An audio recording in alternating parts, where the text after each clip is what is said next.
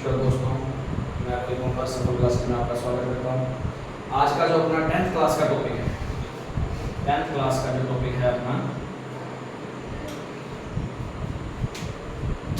वो अपना टॉपिक क्या है?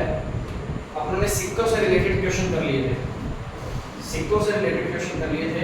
आज अपना जो टॉपिक है वो है डाइस। क्या टॉपिक है? डाइस। डाइस को हिंदी में बोलते हैं पासा। तो अपना जो टॉपिक होगा पासे पे, ठीक है।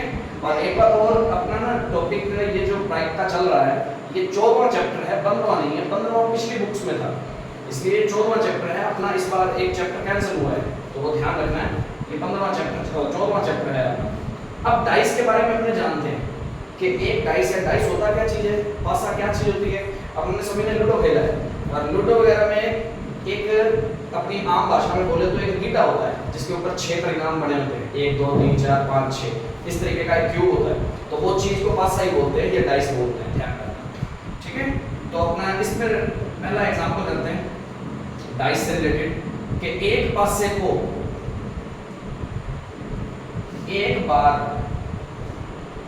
फेंकने पर कुल परिणाम, क्योंकि मैंने पहले भी बताया प्रयोग चाहे कोई भी हो, किसी की भी प्रायिकता निकालना है तो सबसे पहले अपने को क्या चाहिए? उसके कुल परिणाम चाहिए। तो एक पासे को एक बार फेंकने पर, लूडो वाले गीटे को एक बार फेंकते हैं, तो उस पर क्या क्या आ सकता है? 6 परिणाम आ सकते हैं। कितने परिणाम बनते हैं? 6 परिणाम बन सकते हैं। कौन कौन से? 1 2 3 4 5 और 6। नॉर्मल पासे की ही बात कर रहे हैं, ऐसे कोई एक्स्ट्रा ऑर्डिनरी पासा नहीं लेना, नॉर्मल पासे की बात कर रहे हैं, ठीक है। तो जो जो परिणाम थे वो ब्रैकेट में मैंने लिख दी, क्या क्या आ सकते हैं, ठीक है ना। अब इस पे क्वेश्चन क्या क्या बन सकते हैं वो चीज देखते हैं। तो सबसे पहले वो बोलेगा क्वेश्चन में कि एक पासे को एक बार फेंकने पर, या ऐसे भी लिख सकता है कि एक पासे को फेंकने पर, तब भी कितने बार फेंकना है? एक बार ही फेंकना है, उसका मतलब। तो अपने को पूछ सकता है सम संख्या आने की प्रायिकता, आने की प्रायिकता बताओ। और प्रायिकता का सूत्र क्या होता है? अनुकूल परिणामों की संख्या बटे में कुल परिणामों की संख्या।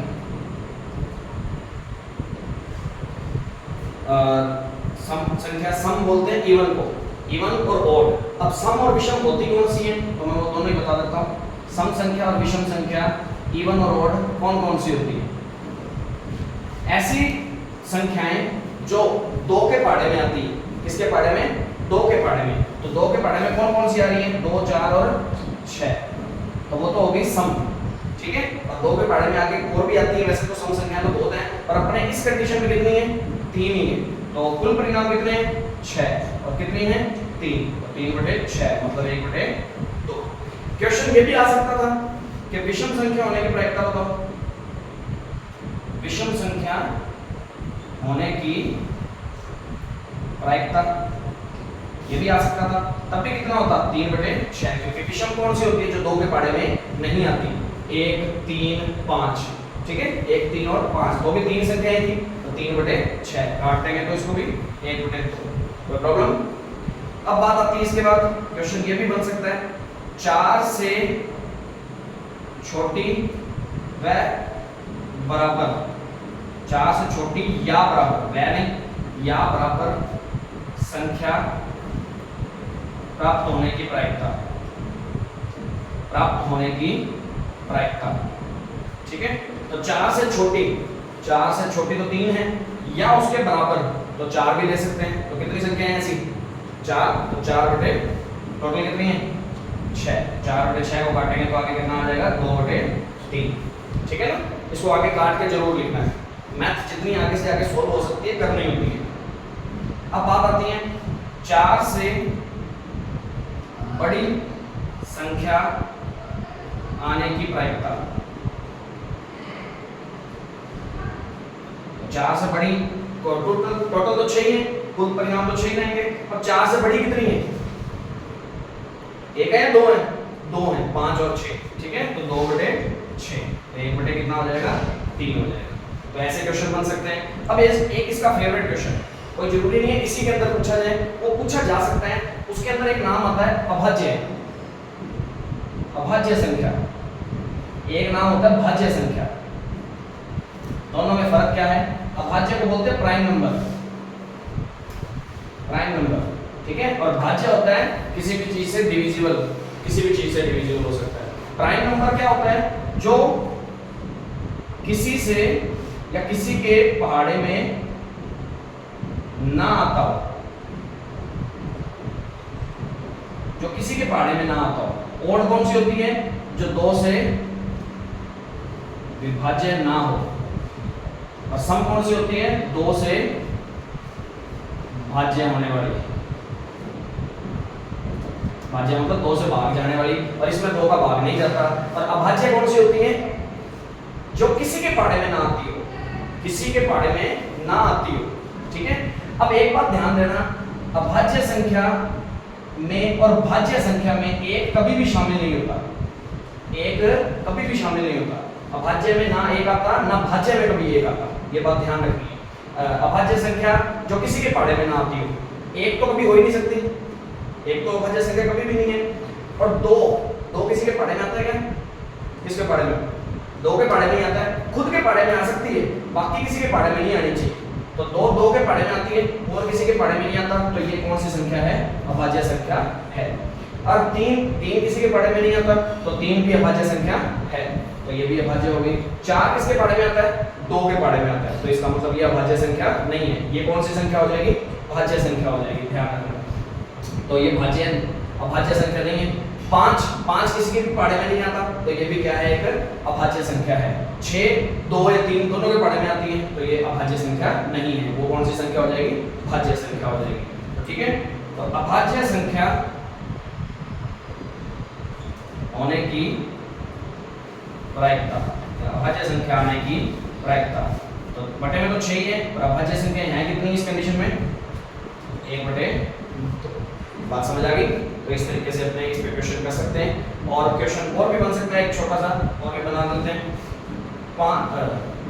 2 या 3 से विभाजित होने वाली, या 2 या 3 के ऐसे क्वेश्चन बन के आ सकते हैं, 2 या 3 के गुणज होने की प्रायिकता। अब गुणज का मतलब क्या होता है जी? कुल परिणाम तो 6 है, 2 या 3 के गुणज, गुणज का मतलब 2 या 3 के पहाड़े, ठीक है। तो 2 या 3 के पहाड़े की संख्या ले सकते हैं, 2 की भी ले सकते हैं और 3 की भी ले सकते हैं। तो 2 के पहाड़े की संख्या में 2 आता है, लेना है। 3 के पहाड़े में 3 आता है, लेना है। ये भी लेना है और ये भी लेना है। और 2 या 3 के गुणज, गुणज मतलब उसके और पहाड़े की संख्या भी देखनी है। तो 2 के पहाड़े में 4 भी आता है, तो 4 भी लेना पड़ेगा। और 5 ना 2 के पहाड़े में आता, ना 3 के पहाड़े में आता, तो 5 नहीं लेना। और 6 2 के भी आता है, 3 के भी आता है, तो ये भी लेना है। तो आपके पास कितनी कंडीशन है ऐसी? 4, तो 4/6 आगे कट जाएगा, तो ये कितना हो जाएगा? 2/3 हो सकता है। तो इस तरीके से एक पासे को एक बार फेंकने पर इतने परिणाम बनते हैं, और इस तरीके से कई क्वेश्चन पूछे जा सकते हैं। और भी क्वेश्चन पूछे जा सकते हैं, पर मोस्टली यही ज्यादातर पूछे जाते हैं, इसलिए एक बार इसको नोट करें। तो ध्यान रखना है, सम संख्या किसे बोलते हैं, विषम संख्या किसे बोलते हैं, अभाज्य किसे बोलते हैं और भाज्य किसे बोलते हैं। अभाज्य और भाज्य संख्याओं में कभी एक काउंट नहीं होता, एक आता ही नहीं है इनमें, ना अभाज्य में आता ना भाज्य में आता। पर विषम में हमेशा एक आता है, ध्यान रखना। 1 3 5 इस तरीके से चलने वाली, ये ध्यान रखना। समझ आ गई? इसमें 2 3 और 5 वाली देता हूँ इस तरीके से, इसके अंदर 4 और 6 आ जाएंगे, ठीक है ना। इस तरीके से कंडीशनें रहती है। तो क्वेश्चन कोई भी पूछा जा सकता है, ध्यान रखना है कैसे करना पड़ेगा, उसको नोट कर सकते हो इसको।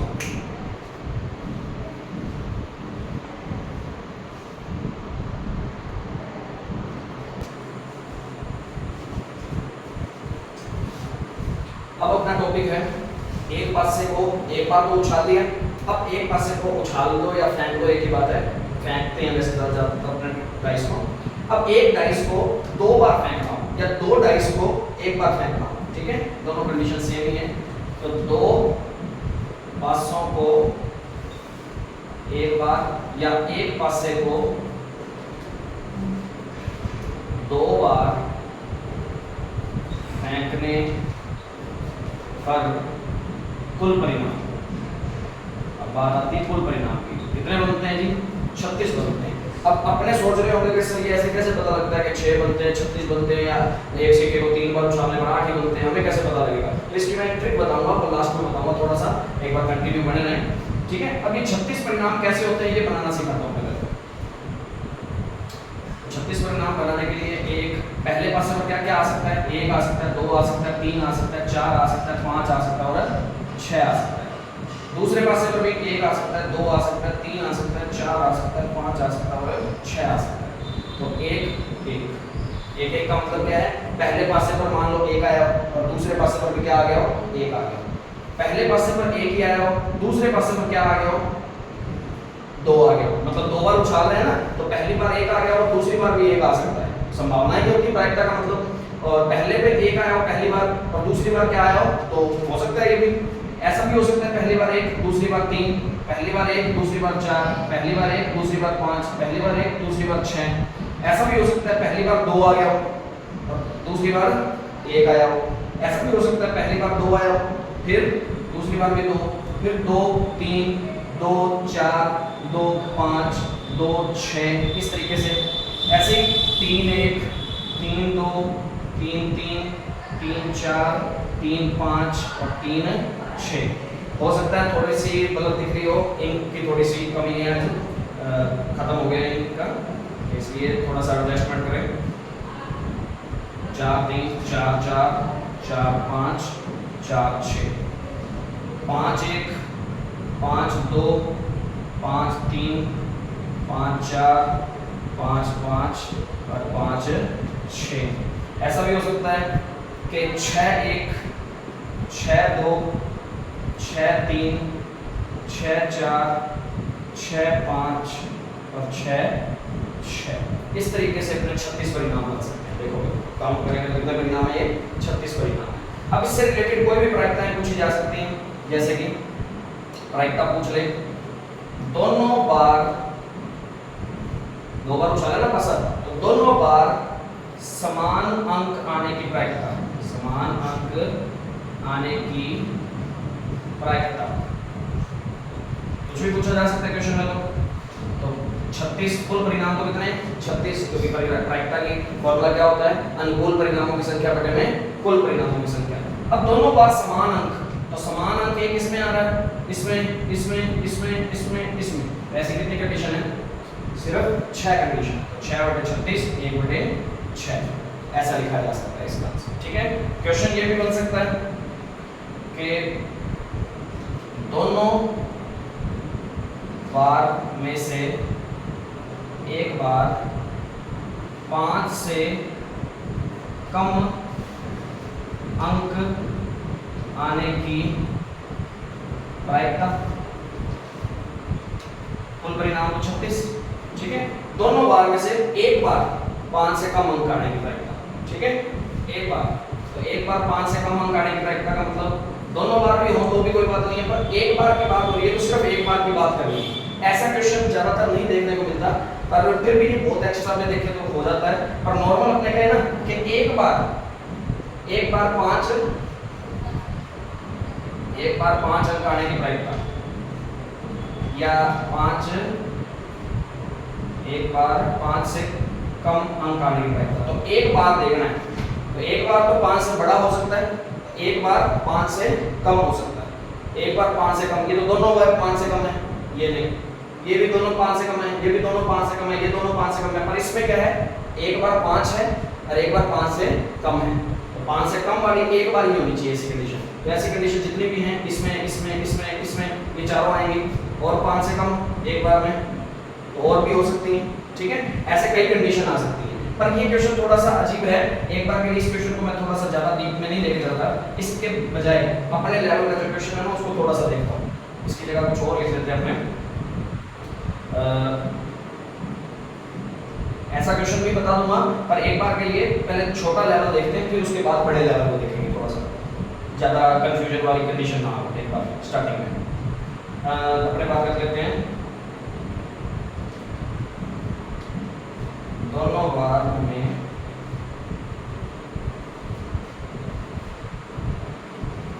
चार से छोटे अंक आने की प्रायिकता,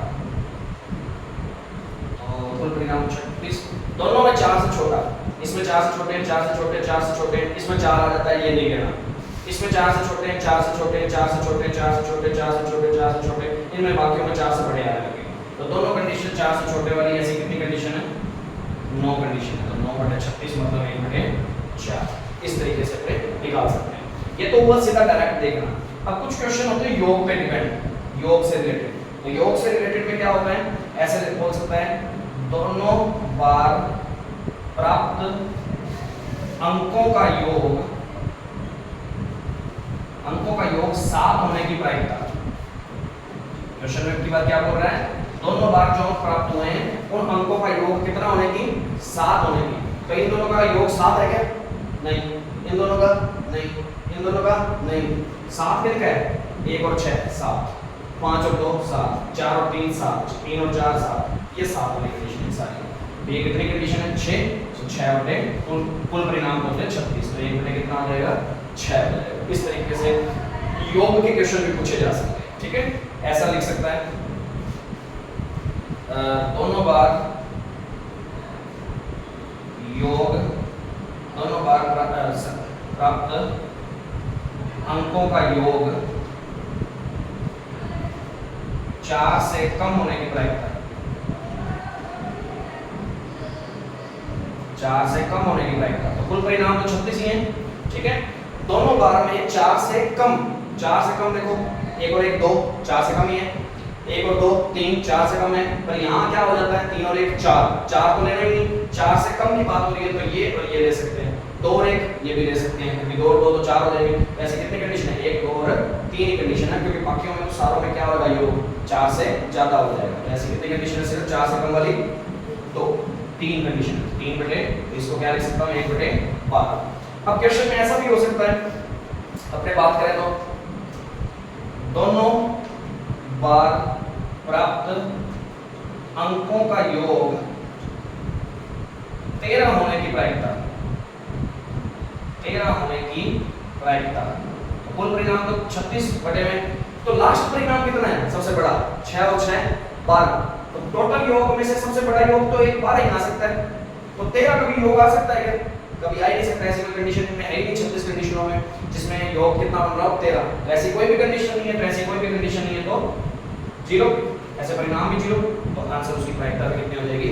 0 हो जाएगी। तो ऐसी घटना जो घटित नहीं हो सकती ना, ऐसी घटना को अपने कौन सी घटना बोलते हैं?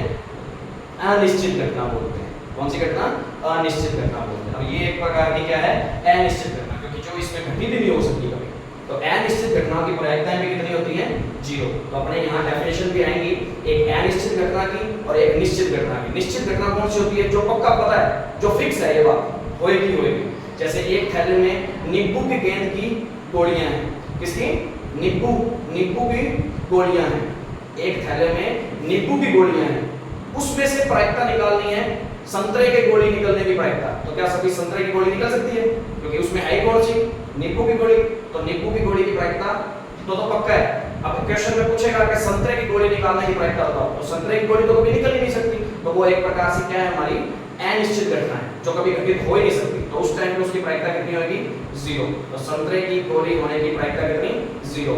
अब ये क्वेश्चन में पूछ रहे कि थैले में से निकाली गई गोली नींबू की होने की प्रायिकता, तो हमें पता है सारी की सारी नींबू है, फिक्स है। जब बात सारी की सारी गोली है, सारी की सारी गोली किसकी है? नींबू की है। तो उसकी प्रायिकता क्या है? 1 हो जाएगी। निश्चित घटना की प्रायिकता 1 होती है, अनिश्चित घटना की प्रायिकता 0 होती है। तो ये ध्यान रखना, निश्चित और अनिश्चित घटना।